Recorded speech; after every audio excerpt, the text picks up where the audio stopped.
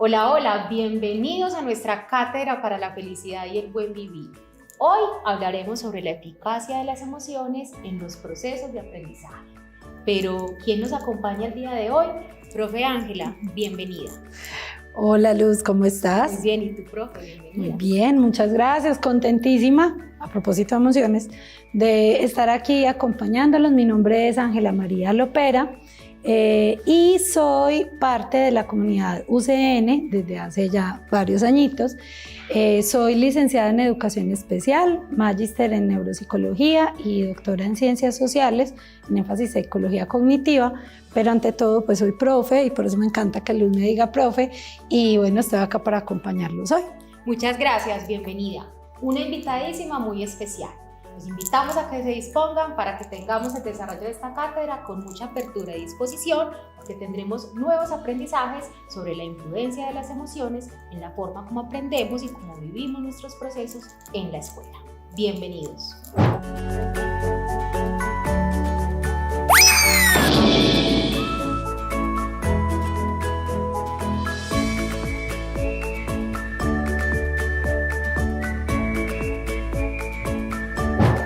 Qué oportuna visita la que tenemos el día de hoy, pero estas emociones no vienen solas. Cristian Muñoz, del grado 11, y María Salamanca, personera 2022. Bienvenidos. Hola, es un gusto estar con ustedes. Estoy muy feliz de estar aquí compartiendo con todas esas emociones que se nos presentan y muchas veces no entendemos por qué o qué función cumplen en nuestro aprendizaje.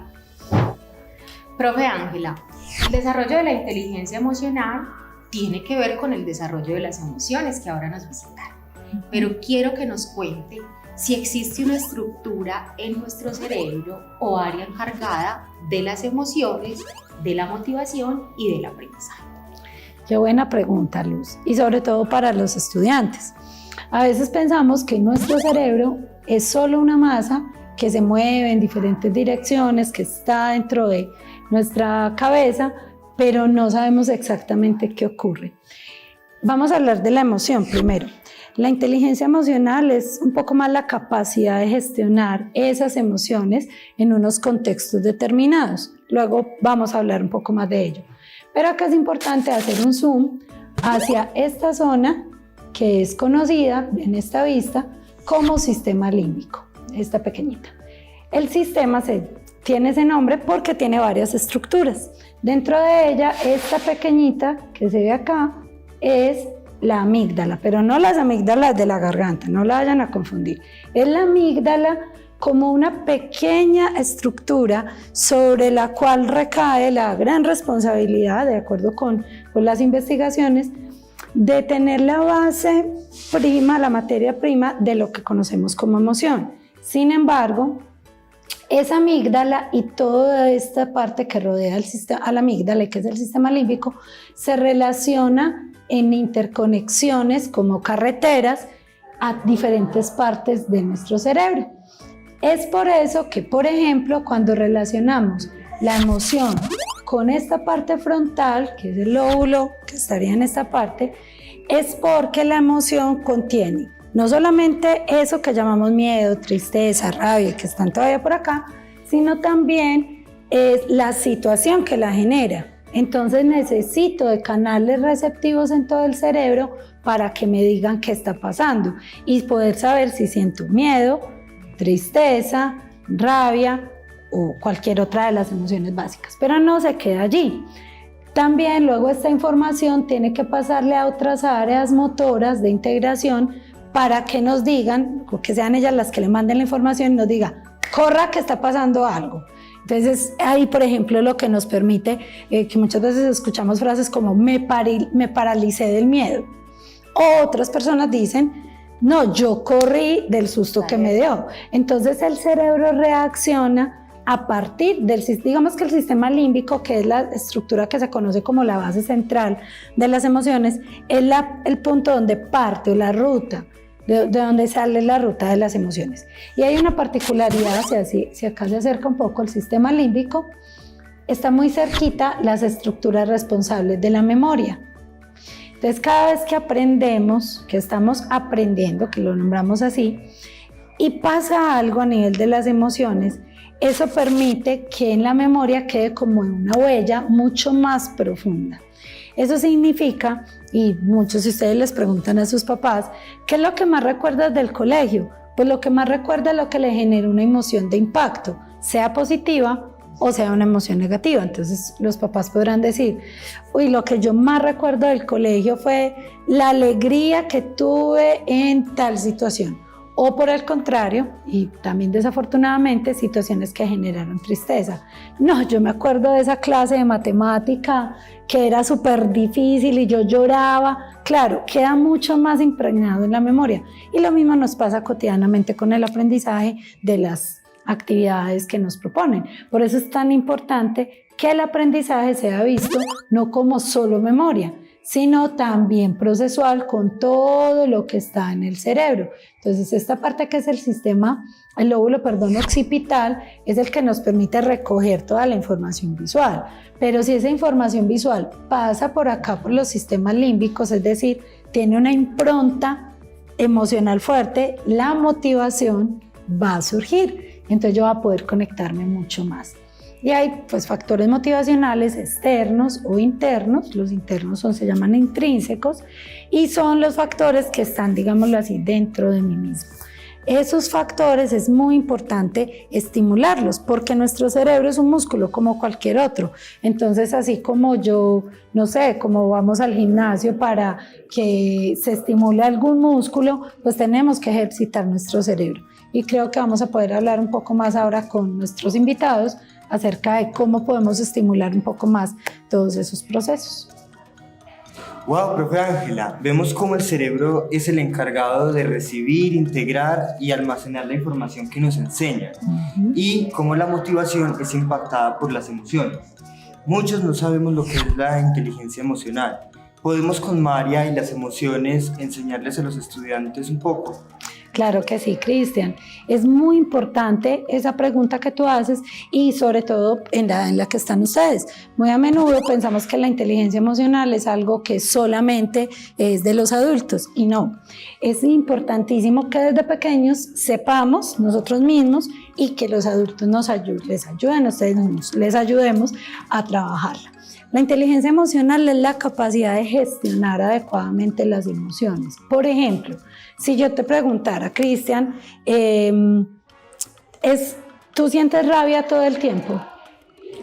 No, es verdad. Pero si, por ejemplo, alguien hace algo con lo que tú no estás de acuerdo y que te molesta y te desagrada demasiado, en ese momento es válido y es importante sentir rabia. Sí. Claro, entonces ahora, ¿cómo siento la rabia? ¿Qué hago para regular la rabia y para gastarla? Porque entonces no es porque alguien vino y me dijo no me gusta tu camisa blanca y tú vas a pegarle un puño. Pues no, es cómo regulamos todo ese paquete de las emociones que nos hace más inteligentes emocionalmente hablando. Ok, profe, y entonces podemos hablar un poquito de cada una de esas emociones y cómo puede llegar a impactar en nuestro proceso de aprendizaje. Por ejemplo, el miedo. ¿Qué es y por qué puede actuar como un detenimiento en nuestro interés por aprender? María, es muy interesante hablar de cada una de las emociones, pues quizás no podemos hablar de todas ellas, pero ahorita les decía algo sobre la rabia y el miedo. Es una de las emociones que en la infancia y en la adolescencia más se tiene que trabajar porque es una emoción importantísima en cuanto sirve como protectora. El miedo es lo que hace que tú no te vayas corriendo por unas escaleras, porque ¿a qué le tienes miedo? A caerte. A caerte, ¿cierto? Entonces es lo que hace que, por ejemplo, un bebé va gateando y llega a un punto donde dice, no. O, por ejemplo, ve un fuego y el bebé intenta acercar la mano, pero llega un punto donde aprendió, sintió que era demasiado caliente y el miedo es lo que va ayudándonos a registrar, ojo. Pero también, ¿qué pasa si todo el tiempo siento miedo?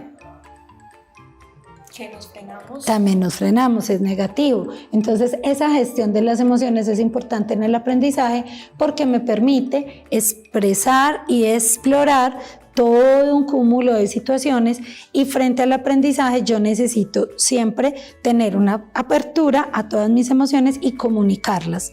Allí es muy importante por tener confianza con el adulto, con ese adulto que tengo, que es mi profesor ante la cámara, por ejemplo, puede ser que no lo sepa expresar verbalmente, pero puedo escribir, me siento mal, siento por ejemplo miedo, tengo temor de abrir la cámara porque puede pasar algo, se pueden reír de mí, entonces es natural sentir el miedo. Lo que sí debemos tener siempre presente, que todos los estudiantes acá no lo pueden olvidar, es que cada una de las emociones tiene que irse desarrollando según la edad y según los momentos y en compañía de adultos que, como por ejemplo Luz, que los acompaña mucho en ese tema, pueda ayudarles.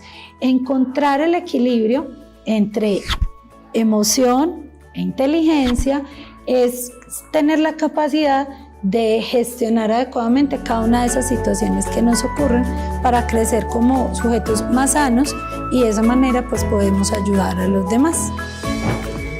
Y a propósito, todos hemos sentido tristeza y rabia. A veces evitamos prender la cámara para evitar que los profes o los compañeros nos vean. ¿Cómo influyen estas emociones en el desempeño escolar?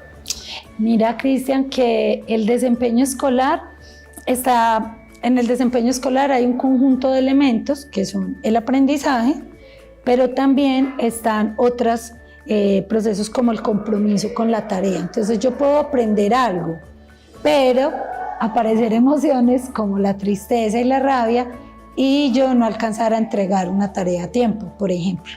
O tener que, a raíz de la tristeza y de la rabia, pensar que no soy capaz de seguir haciendo algo que debería tener listo para determinado momento. Entonces, el desempeño escolar, pues como implica varios elementos, la tristeza y la rabia, pues son emociones conocidas como emociones negativas, pero negativas como por el impacto que a veces tienen. Pero es importante acá también contarles que gracias a la tristeza y a la rabia, muy a menudo actúan como alertas en nuestro cerebro para reaccionar frente a otras emociones que son conocidas como positivas y que deben entrar en escena, por decirlo así, para que el proceso se equilibre. El aprendizaje es un elemento procesual, significa que yo no aprendo lo que estamos conversando, por ejemplo, yo no aprendo de la noche a la mañana algo, yo lo aprendo progresivamente y en ese proceso de aprendizaje puedo sentir emociones diferentes y lo que tengo que saber siempre es cómo irlas canalizando, cómo irlas trabajando. Entonces, ellas afectarán, claro que sí, el desempeño escolar.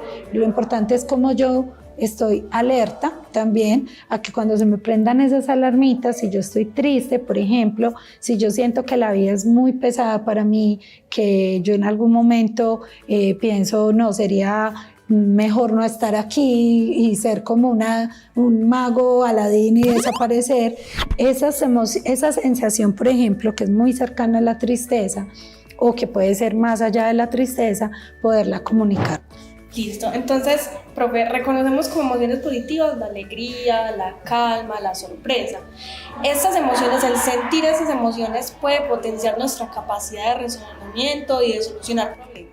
Claro que sí, María. Todas las emociones producen una cadena, digamos, desatan una cadena de sustancias bioquímicas en nuestro cerebro que se llaman neurotransmisores. Es muy importante y se llaman neurotransmisores porque transmiten información.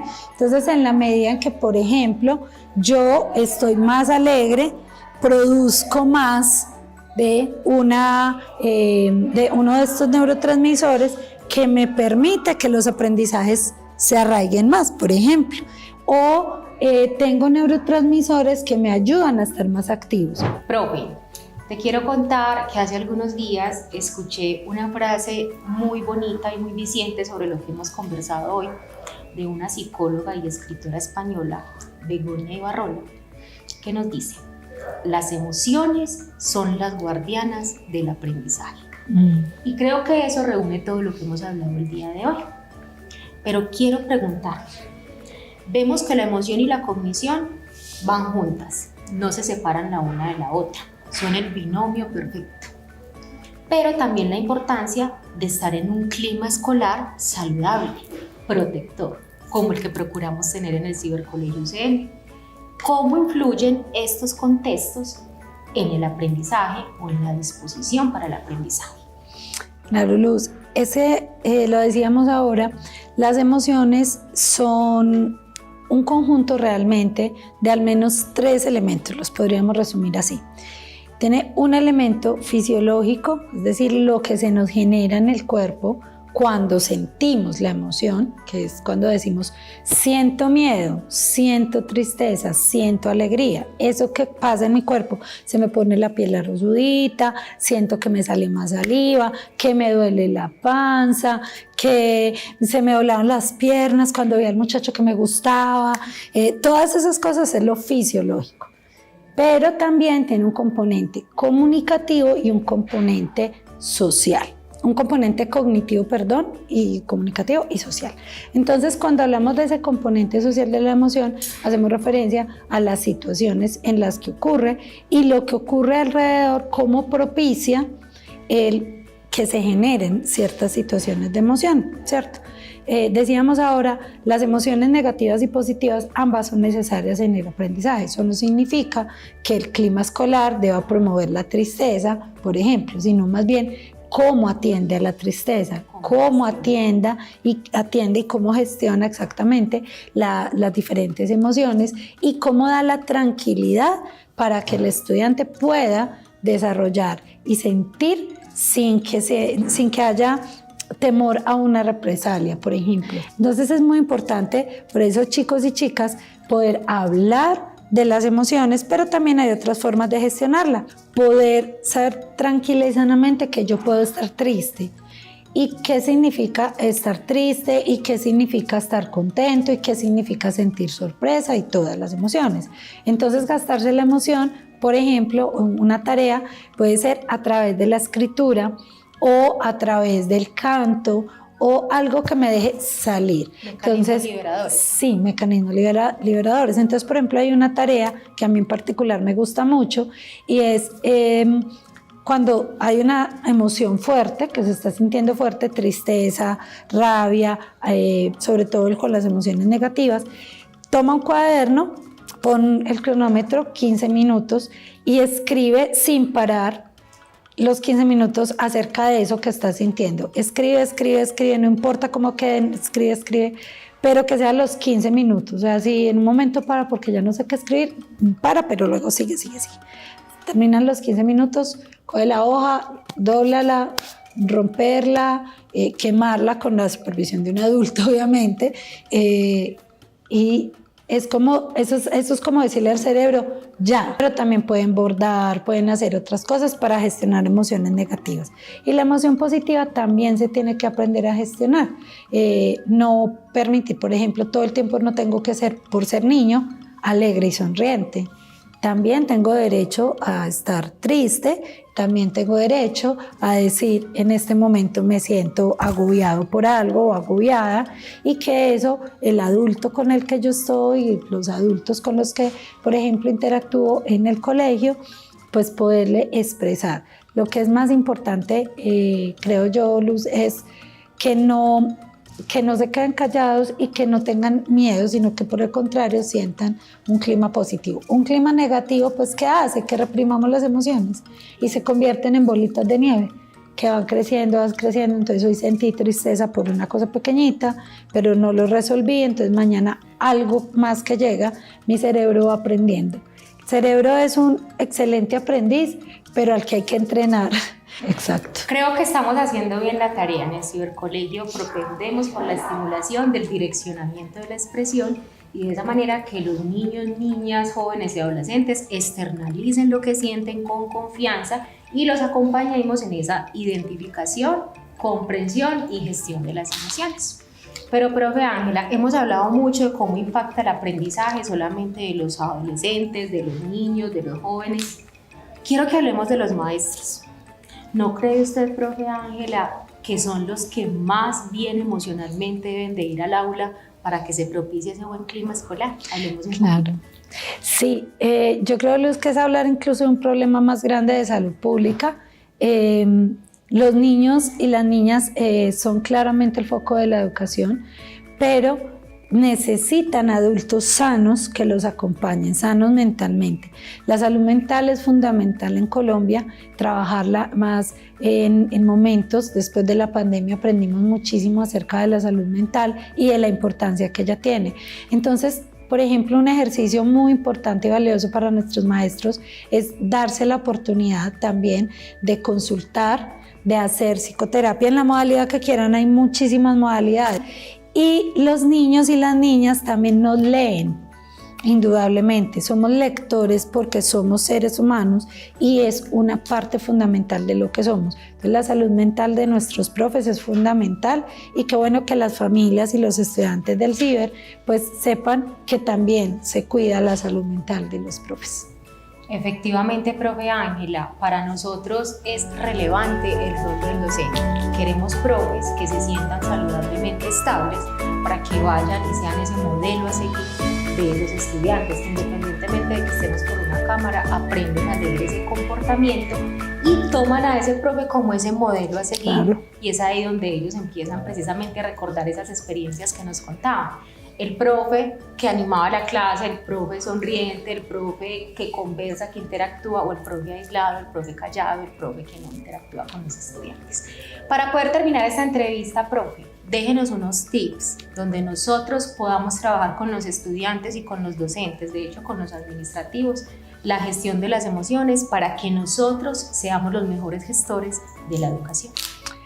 Pues Luz, varias cosas. Primero, reconocer que las emociones, al igual que muchas otras funciones de nuestro organismo por ser humanos, se desarrolla a medida que vamos creciendo y sufre diferencias según las etapas. Por ejemplo, ustedes vieron ahora a Cristian y a María, que son adolescentes. No son lo mismo el manejo de las emociones en ellos, que por ejemplo puede amanecer, María puede amanecer un día supremamente triste con el mundo y no quiere ver a nadie y le dice a los papás: déjenme en la habitación, no quiero conocerte el mundo, y al otro día feliz como si nada. Entonces no es, ay, tiene un trastorno bipolar, no. Eso es muy propio de la adolescencia. Ahora, los papás, pues muy importante estar vigilantes respecto a los indicadores de. Entonces, primero, recordar que la emoción se desarrolla y en ese desarrollo tenemos diferentes momentos y etapas. Segundo, que es muy importante, saber que puedo comunicar las emociones y que toda la gama de las emociones son válidas y tenemos un cerebro que está preparado para todas ellas. La educación de esas emociones ya depende de los adultos que acompañamos a los niños. Tercero, recuerden que las emociones se expresan de maneras diferentes en cada persona, sobre todo a nivel fisiológico. Entonces, puede ser que Luz sienta, no sé, ¿qué sientes cuando sientes tristeza, por ejemplo, en tu cuerpo? Me siento como fría, también como tensionada, rígida. Ok, pero puede haber personas que ante la tristeza sientan dolor en la panza, otros sientan dolor de cabeza ante la tristeza. Entonces los síntomas fisiológicos de las emociones son diferentes en cada uno y son válidos. Cuarto, puedo modificar mi ambiente para favorecer mis emociones. Es muy importante que sepamos comunicar al otro y decir y reconocer cuáles son esos elementos del ambiente que me son más o menos favorecedores. Por ejemplo, un adulto puede decir: cada que yo hago X actividad, tengo más tendencia a sentirme bien que cuando no la hago. Entonces aumente un poquito. Hace poco veía una entrevista de un neurobiólogo que decía: la clave de la felicidad es hacer un poquito más de lo que me hace sentir bien y un poquito menos de lo que me hace sentir mal. Para los niños que todavía no son adolescentes es sobre todo la comunicación y el poder que los adultos que los cuidamos estar ahí enseñándoles sobre las emociones. Creo que es muy importante espacios como este para que los maestros y las familias aprendan que deben escuchar a sus niños.